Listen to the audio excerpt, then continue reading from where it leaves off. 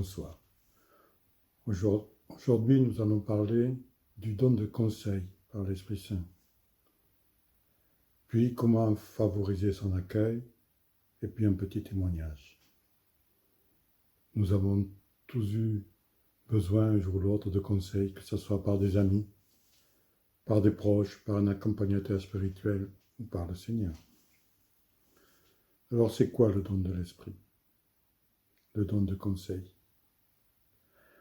Le pape François nous en parle très bien.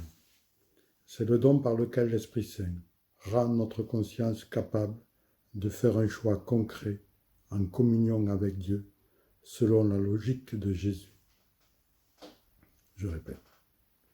C'est le don par lequel l'Esprit Saint rend notre conscience capable de faire un choix concret en communion avec Dieu selon la logique de Jésus.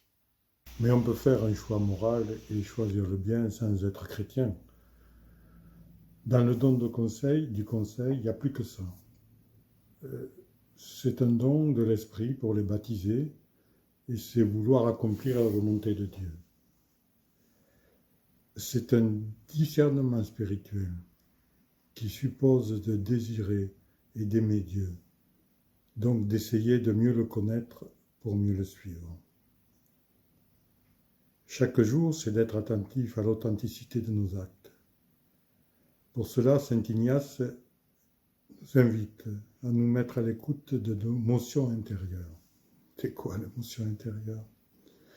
Pour faire court, nous sommes tous sujets alternativement à des temps de consolation et à des temps de désolation.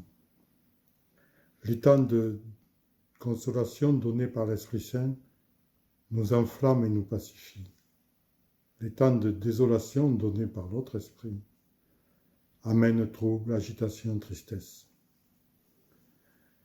Il est alors conseillé, pendant les temps de désolation, de rester ferme et constant dans les résolutions prises pendant les temps de consolation.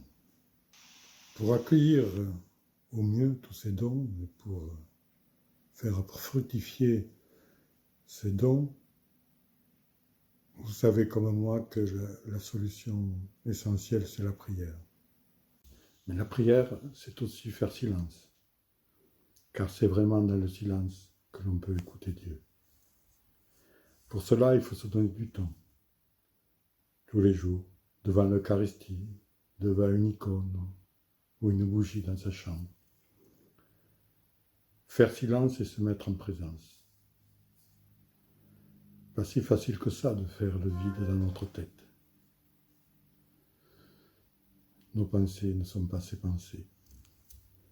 Personnellement, j'utilise beaucoup la prière du cœur, mais aussi on peut écouter sa respiration avec le nom du Seigneur dans le cœur. Et puis avoir confiance et patience. Ce n'est jamais immédiat, sauf exception. Le don du conseil constitue un trésor pour la communauté. C'est pourquoi, comme le Seigneur l'a voulu, nous devons témoigner de cette richesse auprès de nos frères. Maintenant, un petit témoignage parmi tant d'autres. Je suis amené comme bénévole de l'aumônerie de l'hôpital à rencontrer des gens en fin de vie ou gravement malades. Lors d'une visite, j'ai rencontré un jour une vieille dame, qu'on va appeler Monique. Lorsque je me suis présenté comme faisant partie de l'aumônerie, elle m'a demandé de m'asseoir et elle a commencé à parler. Très vite, j'ai ressenti l'angoisse qui l'habitait. Elle m'a parlé environ 30 à 40 minutes. À la fin de cette écoute, je lui ai simplement dit que notre Dieu n'était pas un Dieu justicier, de la justice des hommes, mais un Dieu d'amour et de tendresse et de miséricorde. Et surtout qu'il n'était jamais trop tard. Je lui rappelais le bon larron et qu'il fallait juste se mettre à genoux spirituellement, reconnaître notre pauvreté et lui dire oui, un grand oui. Et là, je me rappelle, elle me disait, mais vous croyez ça? Et là, il m'est venu cette phrase. En prenant ses mains, je lui dis non, je ne crois pas, j'en suis sûr. Ses yeux ont changé. Quelques jours après, j'ai été la revoir. J'ai trouvé une personne transformée. Voilà un petit témoignage. L'écoute est quelque chose de difficile, parce qu'il faut se vider de soi. Il m'est souvent arrivé d'aller à l'hôpital avec ouais, tu as fait beaucoup de théologie, tu sais à peu près répondre à tout, peut-être. Je peux vous dire que dans ces cas-là, il n'y a rien qui marche, parce que vous ne savez pas écouter. Pour écouter, il faut être dans l'humilité. Faire le vide, vraiment, faire le vide en soi, vider son appartement pour écouter l'autre. Et quand ça se passe, quand vous êtes dans une écoute profonde, l'esprit parle.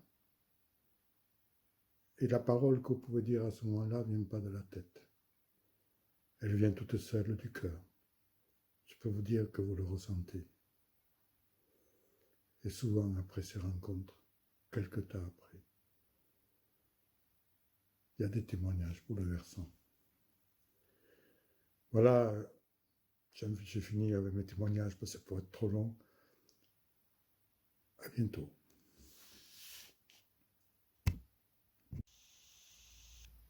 Shalom lach Miriam me'at chesed Adonai imach Berucha